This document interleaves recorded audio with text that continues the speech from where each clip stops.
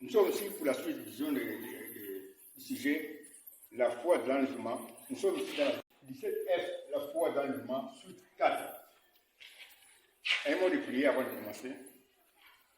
Dieu béni, nous te sommes reconnaissants pour cette grâce que nous a accordée d'être ici, Père bien-aimé, pour la vidéo 17F, la foi de l'enlèvement, suite 4. Dieu nous en aide en fait de faire un travail merveilleux qui pourrait être une grande bénédiction pour les autres. Nous te le demandons au nom du Seigneur Jésus-Christ pour la gloire de ses noms. Amen.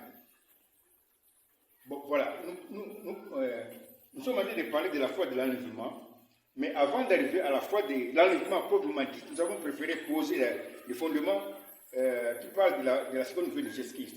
Parce que la foi de l'enlèvement a comme base, comme fondement, la seconde venue de Jésus-Christ. C'est pourquoi nous avons dit hier, dans la vidéo d'hier, selon le destin il vient ici. Dieu nous a donné un dessin. Dieu m'a donné un dessin qu'il a dessiné lui-même en utilisant ma main. Ça, c'est le dessin de Dieu. Le dessin ici qui est tout simplement l'ouverture du nom de Jésus-Christ. Nous avons ici le nom de Jésus-Christ avec le trait d'union. Quand le trait d'union se met, se place ici, c'est alors que maintenant, le Dieu qui avait raconté Moïse sur le nom de Jésus, celui qui suit, nous présente maintenant son véritable nom qui est Jésus-Christ. Mais quand maintenant le trait d'union qui était ici s'ouvre et prend cette position que nous voyons aussi sur le dessin, c'est alors que le même Dieu, Jésus celui qui suit, qui avait rencontré Moïse au buisson ardent, nous présente des fonctions qui sont majeures, principales, parmi ces trois fonctions. Nous avons aussi la fonction du Fils qui va répandre le sang comme un sacrificateur pour être l'avocat du peuple de Dieu devant le juge qui va condamner le péché. Nous avons aussi la fonction du Père éternel qui est l'ange du jugement ou le juge suprême qui va condamner le péché. Ici, nous avons deux fonctions différentes du même Dieu qui avait rencontré Moïse au buisson ardent. Ce ne sont pas ici deux personnes différentes. Non. C'est la même personne, Jésus qui suit, mais qui nous présente ici. C'est ce qui indique les flèches ici. C'est des fonctions majeures ou principales parmi ces trois fonctions. Ici, nous avons l'ouverture du nom de Jésus-Christ par le trait d'union. Le trait d'union qui est ici dans la position qu'on voit dans le dessin, était d'abord ici. Mais à cause du mouvement, parce que nous avons dit que le trait d'union est un mouvement. Tantôt, il se trouve ici, tantôt, il se trouve là. Alors, mais quand le trait d'union s'ouvre, c'est l'ouverture du nom de Jésus-Christ qui nous présente le plan complet de la rédemption qui nous annonce la première venue du Messie. La première venue du Messie et la deuxième venue du Messie.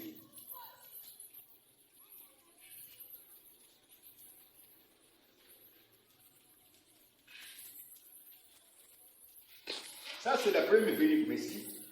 Dans ce plan de la rédemption, on nous annonce que le même Messie Jésus-Christ, à sa première venue, sera le Fils qui va répandre le sang comme un sacrificateur qui fera les sacrifices de lui-même pour être alors l'avocat du peuple devant le juge qui condamne le péché. Mais à sa seconde venue, c'est ce qui nous intéresse, à sa seconde venue, le même Messie Jésus-Christ sera le Père éternel, c'est-à-dire son ange du jugement, qui sera le juge suprême qui va dévoiler tous les mystères cachés.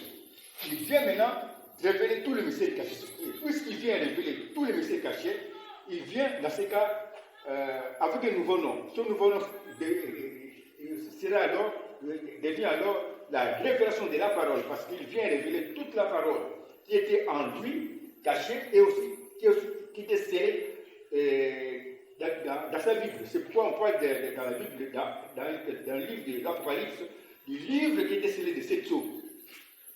Maintenant, nous avançons, nous nous basons sur le fondement ici. C'est le fondement. Nous voulons parler de la foi de l'enlèvement qui est basée sur la seconde venue de Jésus-Christ. Quand il est révélé comme le Père éternel ou l'ange du jugement qui vient maintenant révéler tous les mystères cachés. C'est pourquoi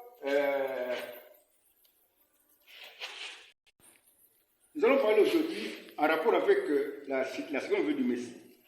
Il va dévoiler tous les mystères cachés. Ézéchiel 1:4. Ceci va nous aider à poser aussi comme fondement la seconde venue de Jésus-Christ, qui va nous permettre plus tard de bien comprendre la foi d'un mouvement proprement dit. Ézéchiel 1:4 nous dit ceci. Je lis ce qu'il y a dans la Bible. Je regardais et voici, il vint du septentrion un vent impétueux, une grosse nuée et une gerbe de feu qui répandait de tous côtés une lumière éclatante, au centre de laquelle brillait comme de l'airain poli, une lumière sortant du milieu du feu. Je souligne ici le mot. On nous parle dans Ézéchiel 1,4 d'une grosse nuée, d'une gerbe de feu et d'une lumière éclatante et de l'air poli. Selon une façon de voir les choses, les quatre choses sont bien différentes. Mais pour celui qui a écrit ce livre ici, pour celui qui est l'esprit des prophéties qui avait créé ce film avant la création de ce monde, les quatre choses qui sont différentes ont un signe qui est commun, qui les unit. Parce que nous parlons de signe de l'unité. Nous avons dit que le signe de l'unité, c'est un signe qui est commun aux choses qui sont différentes. Un signe auquel il regarde celui qui est l'auteur de la Bible. Pourquoi? Parce que ce signe fait deux choses. D'abord, ce signe provoque le mariage ou l'unité des choses qui sont différentes, comme dans le cas ici. Nous avons un signe qui est commun, qui provoque l'unité de la grosse nuée, de la gerbe de feu, de la lumière éclatante et aussi de l'air poli. Le signe qui est commun pour tous ceux, c'est le même verset 4. Le même verset 4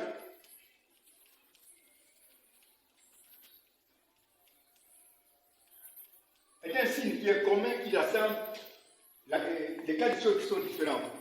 Dans un mariage qui est spirituel, au travers de ce mariage maintenant, le même verset 4, qui est un signe de l'unité, annonce maintenant une prophétie.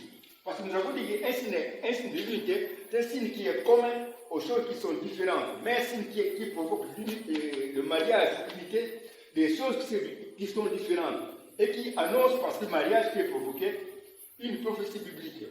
Nous avons ici une grosse nuée, une gerbe de feu, une lumière éclatante et aussi l'air poli. Dans ce cas ici, le même verset devient un signe de liaison. C'est pourquoi je peux écrire comme ceci, une grosse nuée. Je fais ça rapidement avec le même verset comme signe de liaison, même verset 4. Et une nuée, une gerbe de feu,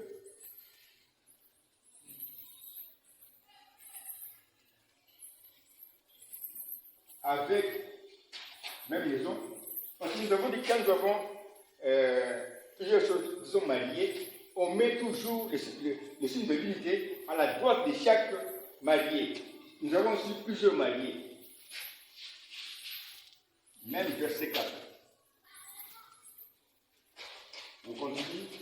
Une lumière éclatante.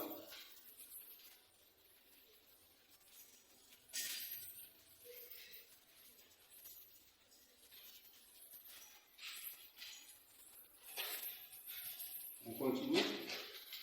Même verset 4. Et enfin, il faut entrer. Que Dieu avait utilisé avant qu'il puisse créer ce monde. Ceci a été créé, le récit ici, avant la création de ce monde. C'est pourquoi nous avons trouvé ici une langue là qui est inconnue, une langue là qui est propre à l'auteur de la Bible. Il avait créé ce récit avant la création de ce monde. Maintenant, nous voyons ici un chemin qui montre l'unité d'une grosse nuée, d'une gerbe de feu, et aussi une lumière éclatante, et aussi l'air poli. Mais nous avons ici un cas qui est possessif. Ici, nous avons un cas possessif. On nous parle ici d'une gerbe de feu. Une gerbe de feu. Ça, c'est un cas possessif. Celui qui m'a enseigné ces choses, qui est l'auteur de la Bible, m'a enseigné ceci. Quand nous avons un cas possessif, les noms qui sont cités dans ces cas sont dans l'unité. Comme dans le cas ici, nous avons cité les noms, la gerbe et aussi le feu. Ces deux noms sont dans l'unité.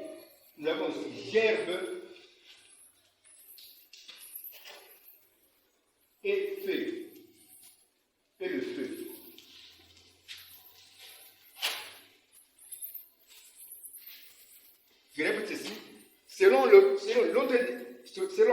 la Bible qui m'a enseigné ceci concernant le cas positif. Nous avons aussi un cas positif qui nous parle d'une gerbe de feu.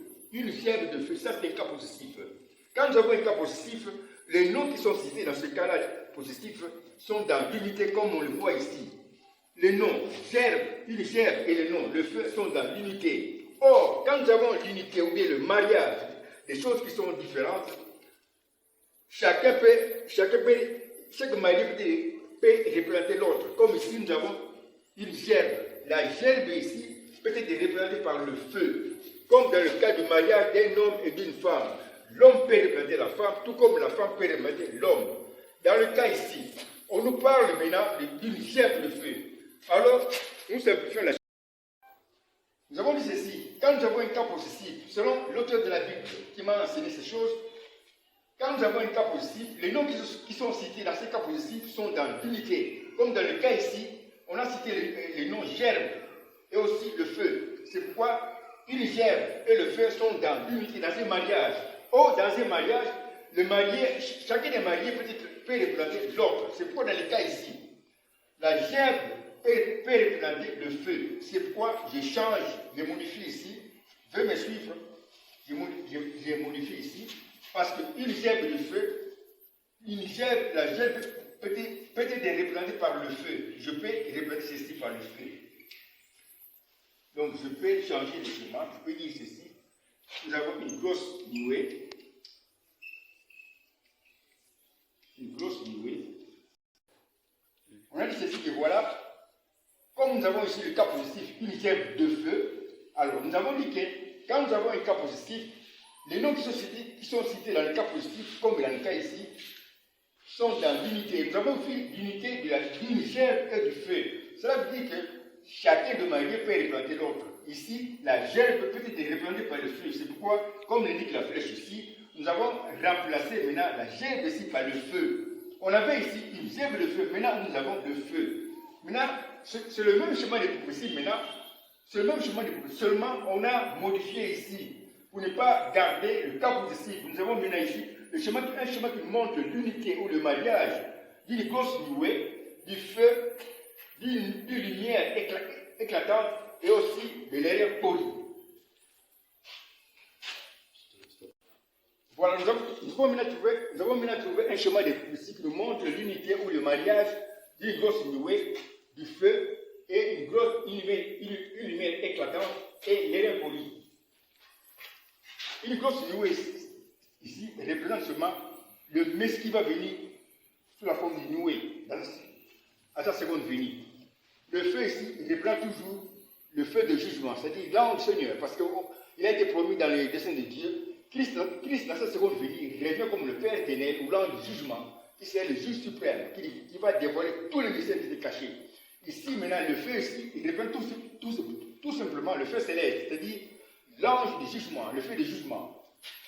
Ici, nous avons une lumière éclatante, c'est-à-dire un message qui va dévoiler tous les mystères qui étaient cachés. Ici, nous avons l'airain poli. L'airain ici représente le jugement.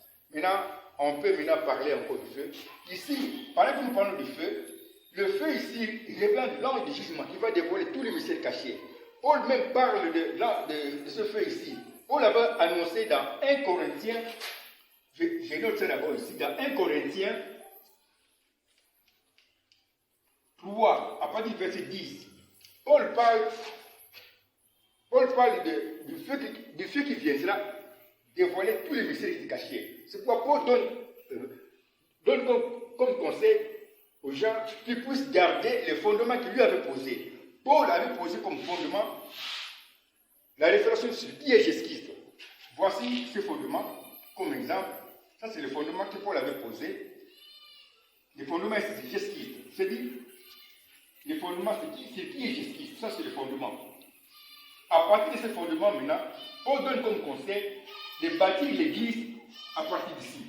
Et puis, il met en garde ceux qui viendront avec qui viendront poser un autre fondement pour construire maintenant, pour bâtir l'église. Quand quelqu'un vient et pose un autre fondement, que le fondement que Paul avait posé, il sera en désaccord avec la doctrine des 12 apôtres. C'est pourquoi Paul met en garde les gens qui vont poser un autre fondement. Parce qu'il dit Paul, à la fin, au temps de la fin viendra le feu. Le feu qui viendra dévoiler tous les messieurs qui étaient cachés. C'est alors qu'on va découvrir que certains avaient posé un autre fondement.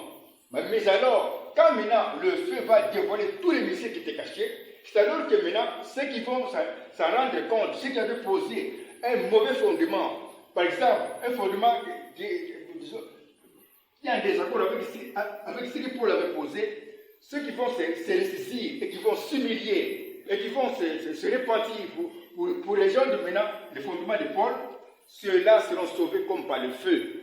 Ce n'est pas que ces gens-là vont passer par le feu pour être sauvés. Non, non, non. Ils seront sauvés par le feu de la révélation. Parce qu'ils seront sauvés par la révélation qui sera apportée par l'ange qui va dévoiler tous les mystères cachés. Ils vont se rendre compte que voilà, ils étaient en erreur. Ils vont maintenant s'humilier et abandonner leurs faux enseignements afin de rejoindre maintenant Paul qui a posé déjà les fondements ici. C'est alors maintenant qu'ils seront sauvés par la révélation, par le fait de la révélation. Ce n'est pas qu'ils seront sauvés par le feu, non, non. Ils seront sauvés parce qu'ils vont reconnaître la vérité qui sera révélée. Ils vont alors s'humilier, alors maintenant pour rejoindre maintenant Paul avec son fondement qu'il avait posé. Actuellement, aujourd'hui, il y a des gens qui ont posé un autre fondement, par exemple la polygamie. Ils bâtissent l'église avec comme fondement la polygamie. Alors que les sceaux avaient ouvert au temps de la fin, tous les mystères qui étaient cachés, comme la polygamie. La polygamie était un mystère qui était caché, mais qui l'ouverture des sceaux, par la voie du concours de ces données, avait révélé comme étant le péché. La polygamie représente le péché. Le péché, c'est-à-dire un signe qui montre l'incrédulité à la parole. C'est pourquoi, quand on a ouvert les sceaux au travers du ministère du péché pour Branham, on a révélé ceci aux croyants, d'enseigner aux enfants de ne plus rentrer à ce péché-là. Avant le commencement, avant la chute de l'homme, il n'y avait pas la polygamie. Mais quand maintenant l'homme est tombé, c'est alors que la polygamie est entrée. C'était un péché. La polygamie représente le péché, c'est-à-dire un signe qui montre l'incrédulité à la parole de Dieu. Mais les sceaux ont été ouverts. Aujourd'hui, nous connaissons la vérité. Nous connaissons aujourd'hui que la polygamie représente le péché. Avant cela, avant la chute, il n'y avait pas de polygamie. Mais quand quelqu'un bâtit l'église avec comme fondement la polygamie, il est en désaccord avec le fondement posé par Paul. Mais aujourd'hui, Dieu a ses enfants partout. Dieu a révélé par l'ouverture des sceaux qu'il y a un véritable fondement qui nous parle de qui est Jésus-Christ, comme l'avait posé Paul. C'est le but même pour lequel on a envoyé un prophète Branham pour nous ramener à ce fondement ici, à la doctrine de tous les apôtres qu'avait prêché Paul. Il y a aussi des gens qui baptisent au nom de Branham. Ça aussi, c'est en dehors avec le fondement posé par Paul. Le baptême se fait au nom de Jésus-Christ. C'est le fondement qui a été posé par les apôtres. Quand quelqu'un baptise au nom de Branham, il est en désaccord avec le fondement qui a été posé. Vous montrez ici maintenant que le feu, donc, qui est promis ici, c'est le même feu qui est annoncé par Paul dans 1 Corinthiens 3, 10. Paul parle d'un feu qui viendra dévoiler tous les mystères cachés. Et beaucoup de gens seront sauvés par ce feu-là, par le feu de la révélation, parce que chaque petit est représenté par ce qu'il fait comme travail. Quand ce feu viendra, il viendra faire comme travail, révéler la parole de Dieu. C'est l'ange Seigneur qui viendra révéler tous les messieurs qui seront cachés. Maintenant, que nous connaissons que ce feu ici représente l'ange de jugement, l'ange du Seigneur, on peut maintenant compléter le chemin ici. Une grosse jouée, et c'est même le Messie. Voici maintenant le chemin des prophéties. Voici maintenant le chemin des prophéties qui montre l'unité, tout le mariage, la grosse nouée, du feu, et une gemme éclatante, et aussi l'aîné poli. Voici la prophétie que nous lisons en bas, comme l'indiquent les 4 flèches. Nous avons les flèches qui indiquent maintenant l'interprétation de la prophétie. Voici la prophétie. Je dis, le Messie qui va revenir sous la forme de la nuée, ça c'est la nuée, c'est là le feu de jugement, comme cela est indiqué ici. C'est là le feu de jugement, c'est-à-dire l'ange de jugement ou le juge suprême qui aura comme juge un message de jugement qui va répandre la lumière éclatante sur tous les mystères qui étaient cachés, mais qui sera un message de jugement, qui est ici répandu par l'erreur, parce que l'erreur répand le jugement. Je répète ceci, voici la prophétie.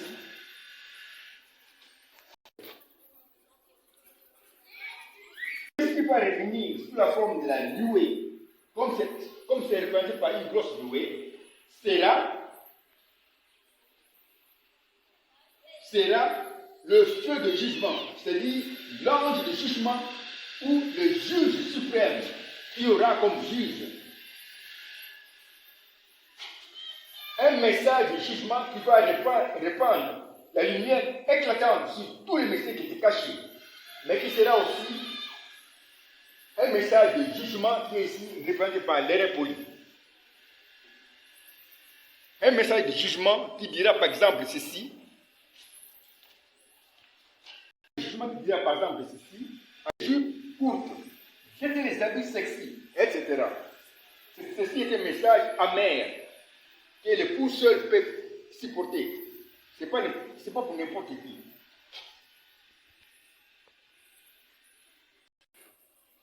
Bon, ce que j'ai présenté là-bas, je l'ai reçu par l'enseignement qu'il m'a donné l'auteur de la Bible qui existe par lui-même, qui s'appelle Jésus-Christ. Je relis ici ce qu'il m'avait dicté. Le feu représente le feu de jugement, c'est-à-dire l'ange de jugement ou le juge suprême qui aura comme juge un message qui va répandre la lumière sur tous les messieurs qui étaient cachés. Dans 1 Corinthiens 3, au verset 10 à 15, Paul avait aussi annoncé la venue du Christ comme un feu de jugement qui va dévoiler tous les messieurs qui étaient cachés et même les œuvres de ceux qui auront bâti l'Église sur d'autres fondements que celui que Paul avait déjà posé. Leurs fausses œuvres ou faux enseignements seront alors dévoilés par le feu qui viendra. Ceux qui vont alors reconnaître que le feu de la révélation de la parole, c'est-à-dire le feu qui va apporter la révélation complète de la parole, qui sera en accord avec les fondements qui étaient posés par Paul, quand ils vont s'humilier et revenir à la doctrine de Paul sur qui est Jésus-Christ, ceux-là seront sauvés par le feu, c'est-à-dire par le feu qui va apporter la révélation complète sur qui est Jésus-Christ. C'est bien ce feu de la révélation de la parole qui est l'ange du jugement, qui a révélé aujourd'hui par le précieux prophète de Branham qui est réellement Jésus-Christ. Jésus-Christ est une personne de la divinité. C'est pourquoi le baptême se fait au nom précis de Jésus-Christ. Ceci est en accord avec le fondement posé par Paul, dont il parle.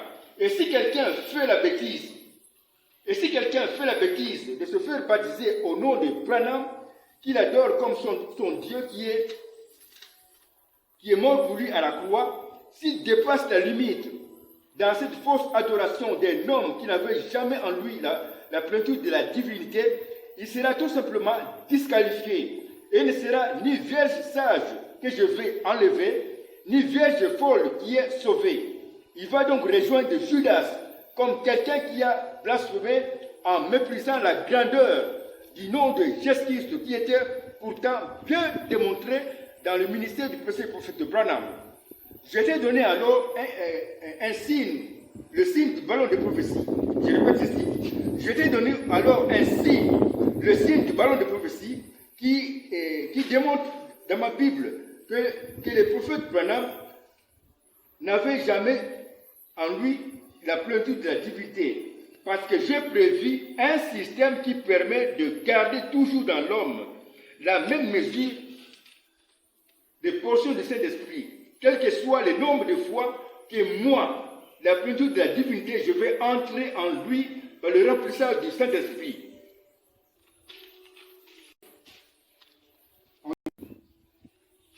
Ceci m'a été enseigné par l'auteur de la Bible, qui est aussi l'auteur du message de la fin, qui avait parlé pendant le ministère du prophète de Branham.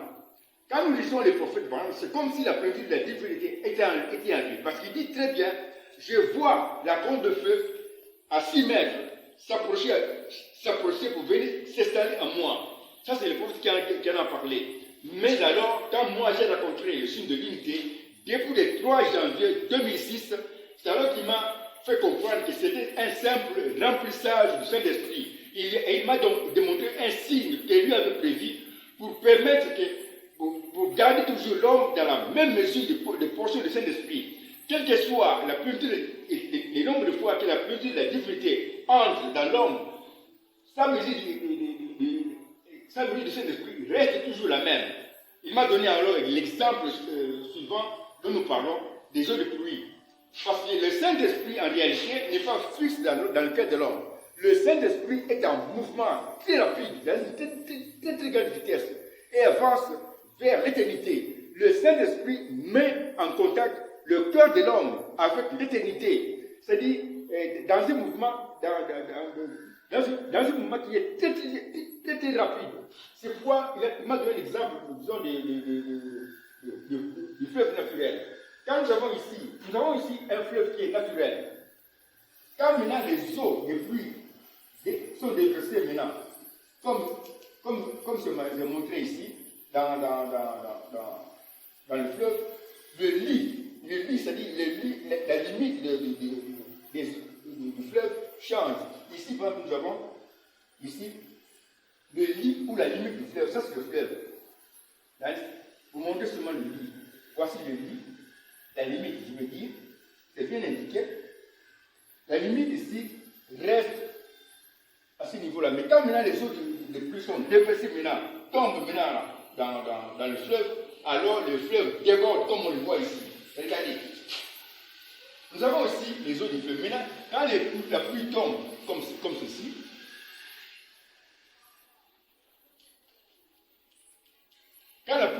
ceci, alors les eaux débordent. Les eaux peuvent déborder. Alors, ici, on avait la limite ici. À ce point ici, il y avait la limite. Ici, il y avait la limite. Maintenant, la limite est débordée. Maintenant, nous avons ici, les eaux ont débordé. Pourquoi? Parce que le courant ici du fleuve n'est pas vraiment très fort. Si le courant était très fort, alors on n'aurait pas eu ici le débordement du fleuve. C'est ce qui se passe aussi avec le Saint-Esprit. Le Saint-Esprit est comme un fleuve spirituel qui est en mouvement très rapide. Il est comparable à un fleuve spirituel qui avance avec un courant très fort. C'est pourquoi nous avons trouvé une bonne disons ici, le Saint-Esprit n'est pas fixe dans le cœur de l'homme, dans le cœur du croyant. Il est en mouvement et dans une très grande vitesse qui relie le cœur du croyant et l'éternité. La traduction Bible en français courant a bien traduit Jean 7, 38. Jean 7, 38. Jean 7, 38. C'est bien traduit dans la Bible en français courant. La traduction, la Bible en français courant a bien traduit Jean 7, 38 qui dit ceci. Celui qui croit en moi, des fleuves d'eau vive jailliront, c'est bien dit, jailliront de son cœur. C'est bien dit, jailliront et pas couleront. Ça dit qu'il y a un mouvement tellement fort du fleuve du Saint-Esprit à une niveau tel que le lit ici, nous avons ici par exemple le lit ici du Saint-Esprit. Le Saint-Esprit est comparable à un fleuve spirituel qui avance avec un courant très fort. À tel point que quand on a vu, par exemple, la plénitude de la divinité ici, je mets ici plénitude de la divinité. Quand la plénitude de la divinité, c'est-à-dire, quand la plénitude de la divinité descend ici, par les rampeurs du Saint-Esprit, puisque le courant ici est très fort,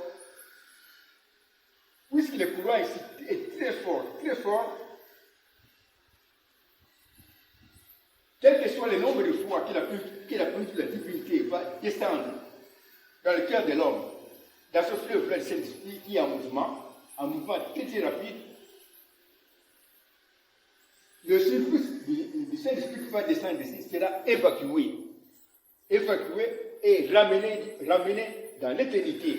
De sorte qu'ici, on va toujours avoir le même niveau, même ici, même le même lit. Le lit ici ne change pas, parce que le courant ici est très fort, le courant du Saint-Esprit.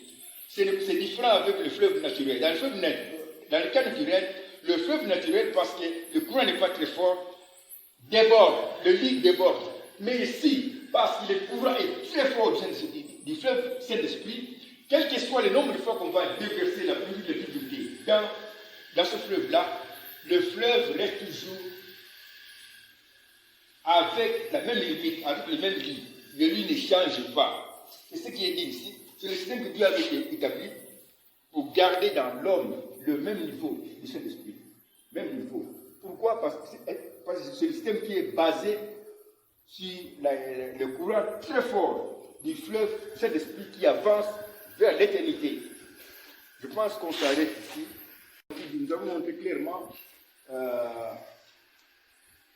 que Dieu, Christ, à sa seconde venue, il revient comme sous la forme du Saint-Esprit, qui est sous la forme de la nuée. Il viendra dévoiler tous les mystères qui étaient cachés.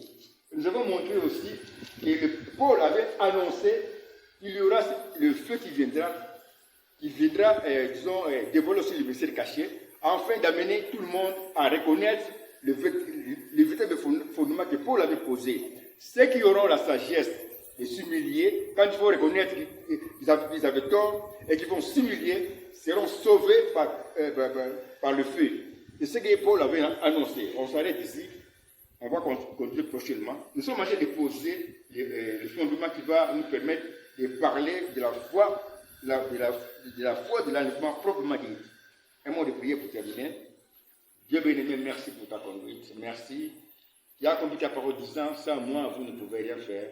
Merci pour ce qui a été fait. Pour ta grâce, bénis ceux qui vont partager ici. Pour ta gloire, au nom de Jésus-Christ. Amen. Nom de l'écrivain, il y a le signe de ballon de prophétie. C'est bien dit, il y a le signe de ballon de prophétie que le Seigneur m'avait enseigné, qui clôture les dossiers sur la plénitude de la divinité qui n'avait jamais été dans le prophète Branham. Je répète ceci, il y a le signe de ballon de prophétie que le Seigneur m'avait enseigné, qui clôture les dossiers sur la plénitude de la divinité qui n'avait jamais été avec le précieux prophète Branham.